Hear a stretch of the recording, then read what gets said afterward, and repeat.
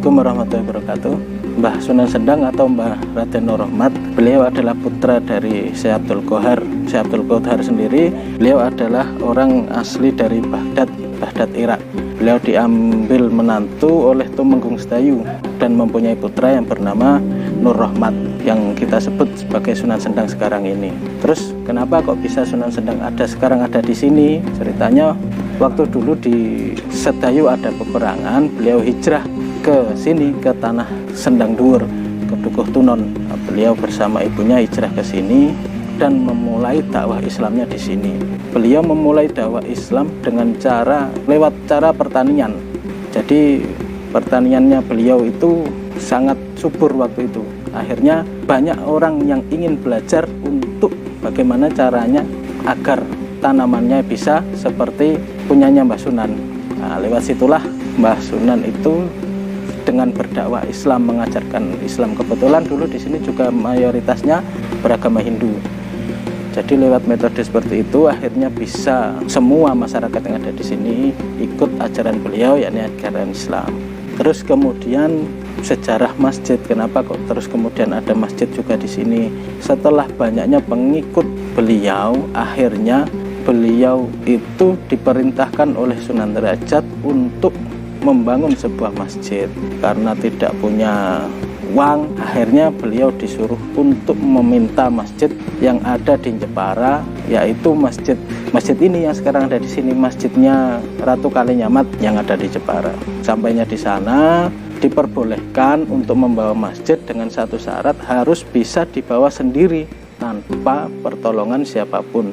Dari sana akhirnya Mbah Raden Nur Rahmat bermunajat kepada Allah, meminta bantuan kepada Allah, dan atas izin Allah masjid bisa terangkat dan dibawa oleh Mbah Nur Rahmat, dibawa ke Sendang Dhuwur sini, yang tepatnya di atas Gunung Amintuno ini. Jadi masjid dibawa ke sini dalam waktu 1 malam, dan masyarakat bingung kan waktu itu, kok dalam waktu 1 malam ada masjid, sudah ada masjid. Akhirnya sebagian masyarakat mengatakan bahwasannya masjid ini adalah Masjid Tiban. Jadi pada waktu itu pas pengikutnya Mbah Sunan Sendang ini sudah banyak, akhirnya terdengar oleh Mbah Sunan Derajat.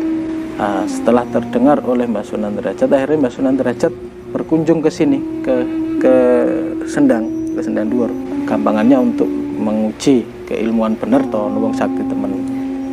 Lah akhirnya sesampainya di sini, beliau dijamu oleh Mbah Nur Rahmat. Dengan salah satu karomahnya yang ditanyakan tadi, ya pas waktu ketemuan dengan Sunan Derajat itu. Jadi pertama kali beliau, Mbah Sunan Derajat, meminta pohon siwalan.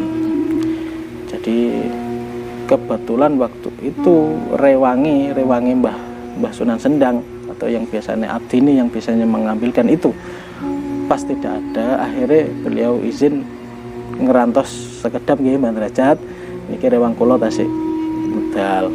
Karena tidak sabar Mbah Sunan Derajat, aku wis pengen mangan buah iki, aku tak izin njupuk dhewe. Nggih, monggo menawi jenengan ngersakaken ngoten. Akhirnya sama Sunan Derajat, pohon ini tadi digoyang atau dirok itu, buahnya jatuh semua, buah siwalan jatuh semua.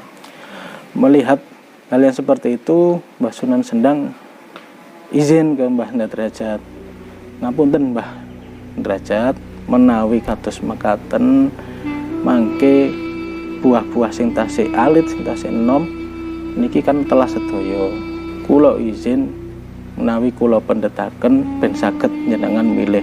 Lah piye carane? Nggih, ngapunten kula nyuwun sewu.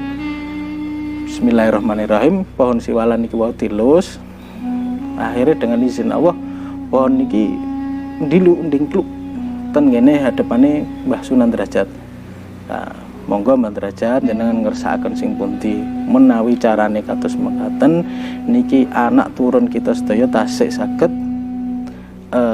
ngomani, tasik saged ngincipi buah siwalan, terus tasik dilestarikan akhirnya.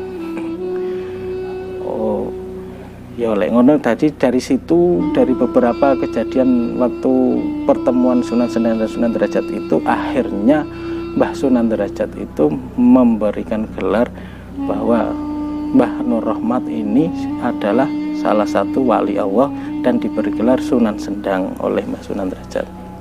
Ya, jadi pada waktu itu kan sebelum diletakkan di sini, awalnya mau diletakkan di mana Segendeng, nah, terus tidak diperbolehkan, katanya kalau di sini nanti sepi.